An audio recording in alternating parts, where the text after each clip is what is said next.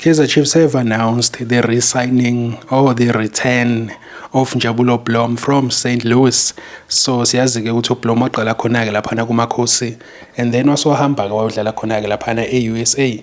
So the player was frozen out for a couple of games, I think 4 games in a row, and ke waveza ke nomqeqeshi wakhe ke wakhona ke laphana kwi-St. Louis ukuthi ke ngeke asamdinga ke lo mdlali, and he was on his last 4 months of his contract.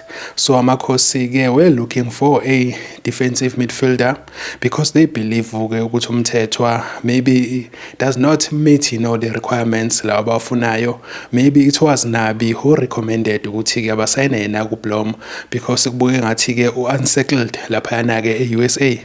So namhlanje ke amakhosi fans have something to celebrate about because team ke say announcile ukuthi ke Njabulo Blom will be or has returned to the club laphana ke eNaturena, and he will be part of the team for the upcoming Betway Premiership season. Ngoba sazi ukuthi ke bebeyilauncha ke namhlanje ke sabona ke ama coaches, sabona ke naye kunabekhuluma ke ukuthi ke izinto azozenza ke in the upcoming season. So ke uBlom I think signing is 7 ke yakhe ke uNasreddin Nabi. So amakhosi management are doing their best to make sure ke ukuthi ke bamnika the best quality players azokwazi ukuthi ke maybe ka win le trophy abayifunayo that they have not won in like 9 seasons. So isizini S10 le, and they are looking to win that trophy. Ngoba sazi ukuthi ke already the first trophy is gone. MTN 8 azange bakwazi ukuthi ba qualify for yona. So Njabulo Blom joins amakhosi on a 1-year loan deal.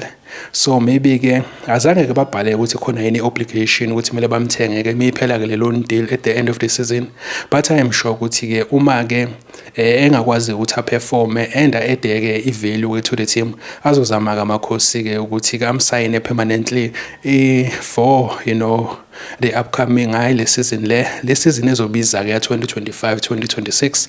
And they also announced or confirmed ngoba besesazi ke vele already ukuthi basayine yena ke uBradley Cross from Golden Arrows. So Cross ke ujoinile ke laphana amakhosi on a 4-year deal. So some exciting times for the Kaizer Chiefs family and the Kaizer Chiefs fans ke ngoba ke bikwazile ukuthi ke baveza abadlali babo ke abasha.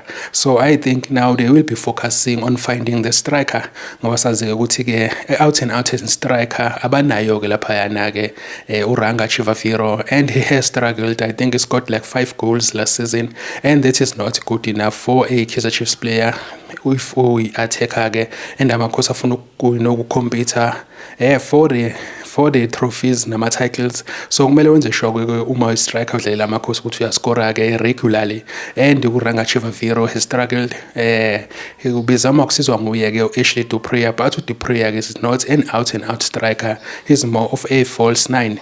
So amakhosi ke will be, I think they will be going to the market before ivalwa ke transfer window later this month ukuthi bazame ukuthi bathole sona ke striker. Bebezama ukuthola yena ke uFiston Mayele, but apparently ke he cost like 20 million.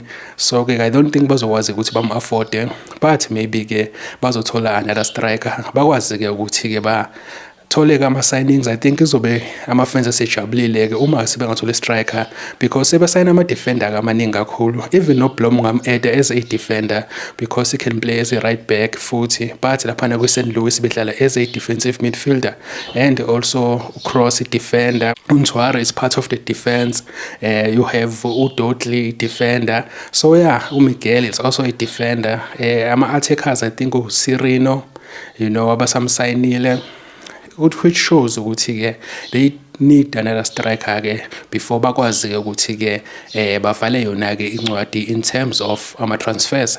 So today they announced ke ukuthi basayine yena kuBlom naye ke uCross.